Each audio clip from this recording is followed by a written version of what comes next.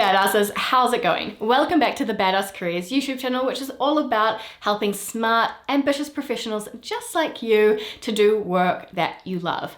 Today we are deep diving into the topic of the job search. So as you know, I'm a career coach and I've worked with hundreds of people this year alone on the job search, and it's been quite a year to do so, right? It's a super competitive market right now. We've got the pandemic, we've got crisis, there's a lot going on. So it's a very particular market to navigate. And what I've always known to be true, but it's really, really obvious at the moment, is that there's sort of an average job seeker approach and a standout job seeker approach. Another way I kind of like to think about it is almost like the old school way of job hunting, of looking for work, and the new school way. And with my clients, obviously we're focused on the new school way, and I'd like to share with you some insights from that, some of the mistakes that you might be making in your job search that's not getting you the results that you like. Maybe you're feeling ghosted, maybe you're sending in applications and not hearing back, maybe you're just not progressing at the speed that you thought you would. So I want to share with you some of the mistakes that you might be making that causes this kind of reaction from the market, and talk about some of the things that you could be doing instead that will really help you to strategize that job search and get results. So if this sounds like the video for you, keep on watching. Let's go.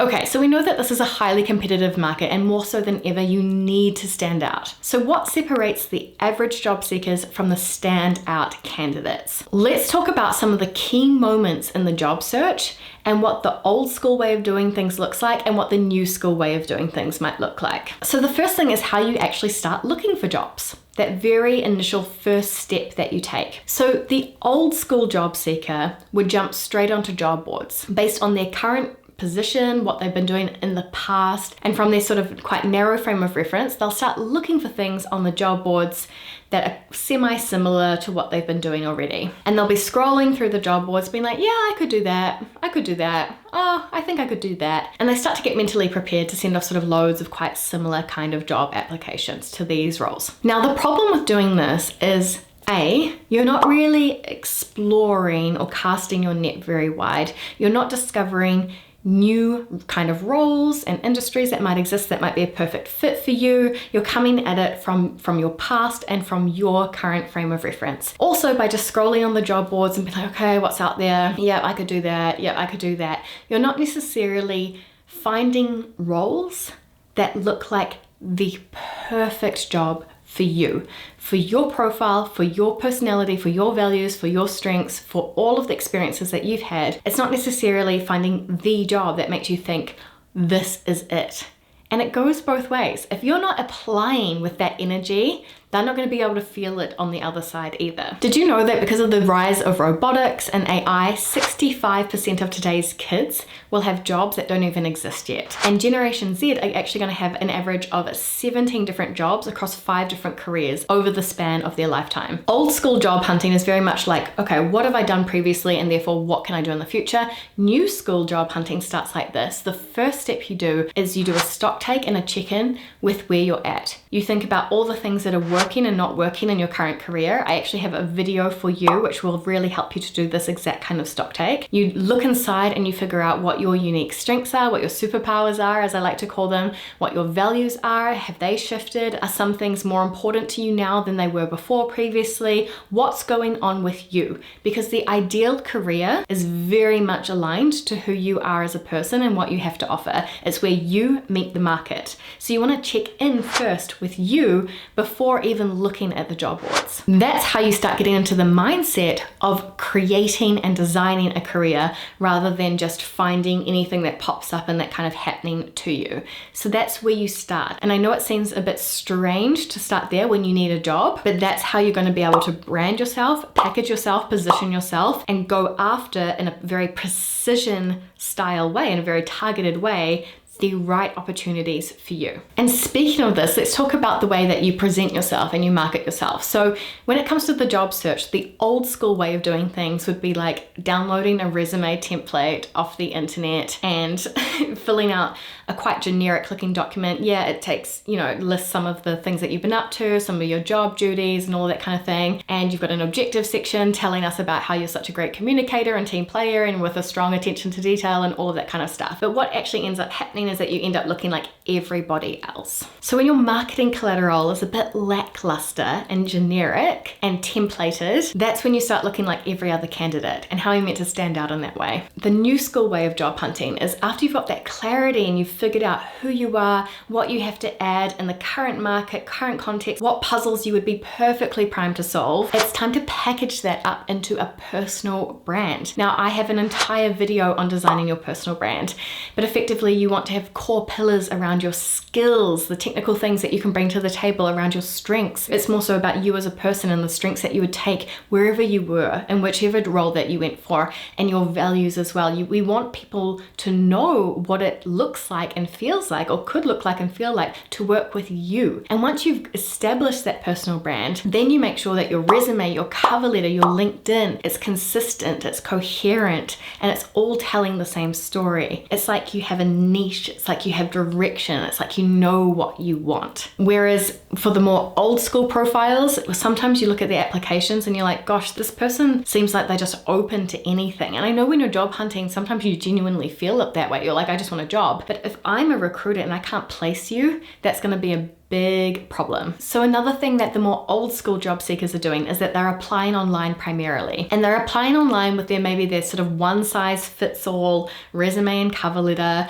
that they've maybe just tweaked a few sentences here and there, maybe changed the company name out in the objective section, but it's overall, it's pretty much the same application for every role. And if you're doing that, it's a little bit of a warning sign, because what new school candidates are doing is that they are strategically tailoring their documents for that specific role. So they may not have all of their experiences and all of their accomplishments on this specific resume. They'll bring out the ones that count the most. They're gonna write the whole summary section so that it's highly, highly targeted for this specific company. I can solve your problems in this job. You want to make it feel like it's a perfect match. It takes a lot more time, but I'm all about quality over quantity. It works every time. So if they're applying online, they're doing it in a very customized and strategic way. They're also making sure that they are consistently getting in front of people who are decision makers in the company, hiring managers, people who would be hiring people into their team, HR profiles, recruiters, and people at the peer level for their target companies, because they've got that clarity on what they want and where they want to work. They activate precision networking. They have a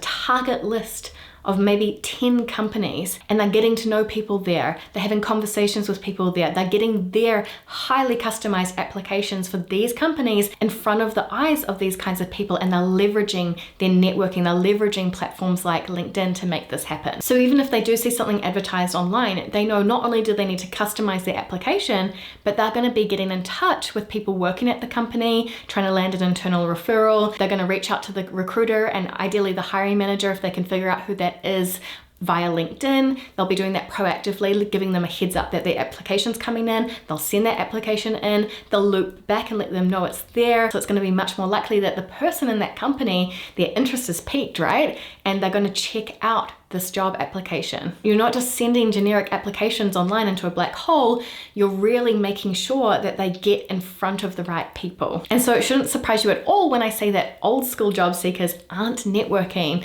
but new school job seekers are. They're building relationships. And it's not networking in like a sleazy, gross way. What I mean is that they actually have career rituals and habits around meeting interesting people doing really cool things in their desired niche industry profession. And the best way to do this is through informational interviews. So building relationships with people, reaching out to them in a really genuine way. There'll be something in their story that you connect with. Maybe you did the same university, maybe you have similar experiences, maybe there's something in their story like they had a geographical move, or maybe they started out as a graduate as well, or whatever it is. There'll be something that you connect with in their profile and you genuinely connect to their story and you want to know more. And so you connect with these people, you exchange some emails and messages, and eventually you get on a call and have an informational interview where you ask them specific specific questions about what it feels like to work in their role, what the company culture is like, and getting that kind of insider information as well. This is one of the tools that strategic job hunters are using. And I cannot stress how important this stuff is, because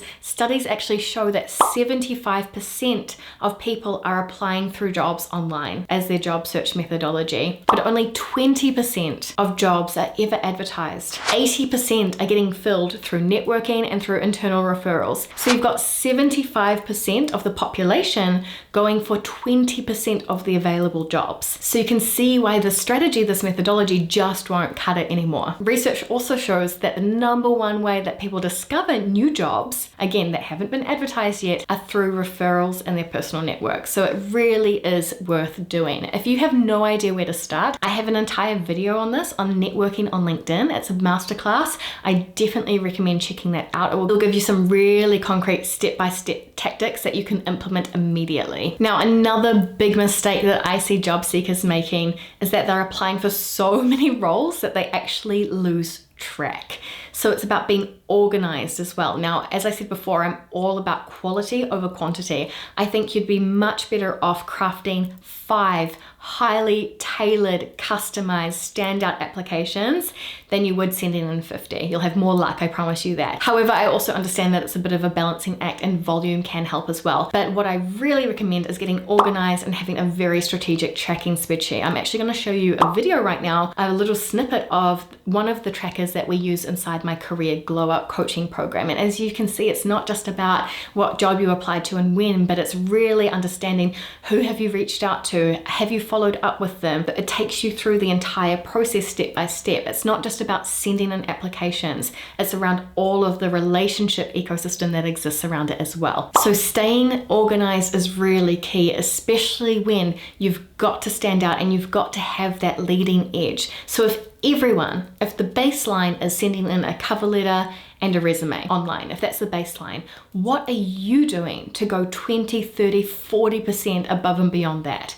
How are you putting in that extra effort, that work that gets noticed? All of these kinds of activities, whether that be networking, whether that be sending in video pictures, whether that be doing something a little bit special, you want to make sure that that's all captured in your spreadsheet so that you can make sure that your entire system is being followed for each and every opportunity. And on that note, that's what old school job seekers are doing. They're doing the expected. They're doing the bare minimum. They're doing what every other candidate is doing. New school job seekers know they need to go above and beyond. That is why my clients and I actually work together to pull together video pictures for almost every single application, to put a face to the name, to do a 2-minute video pitch around who you are and why this position would be such a great fit for you. If you can't come up with that content, if you can't explain that, maybe you shouldn't even be applying for the role. You can also do what I like to call I know my shit projects, and I know my shit projects are all about showing that you know your stuff, showing that,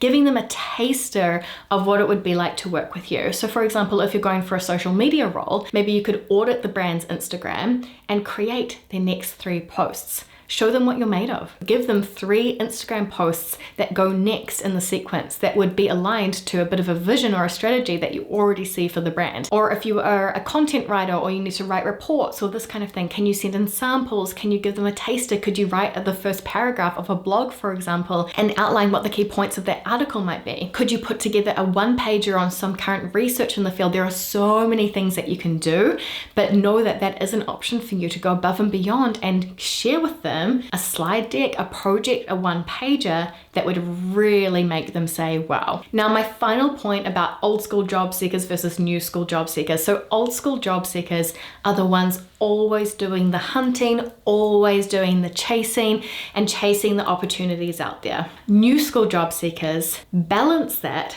with getting opportunities to come to them. And they do this primarily through LinkedIn. And what I mean by that is that they increase the profile views and they attract visibility and reach and attention on their profile and build their network on LinkedIn. And this attracts recruiters to their profile and it gets recruiters sending them messages in their private messages saying, hey, are you open for this kind of role? So what you need to do to have these kind of opportunities coming inbound to you is make sure that you have a highly optimized LinkedIn profile. I've got a video on that to get started as well. So what you need to know about LinkedIn is that there are 675 million users on the platform. It's the world's largest professional directory. And of those millions of users, 40% of them are in a position where they make hiring decisions. But what you also need to know is that there are 9 billion impressions on the news feed each and every week, but only 3 million people are creating that content. So they have so much opportunity to be seen because less than 1% of users are regularly creating content on this platform.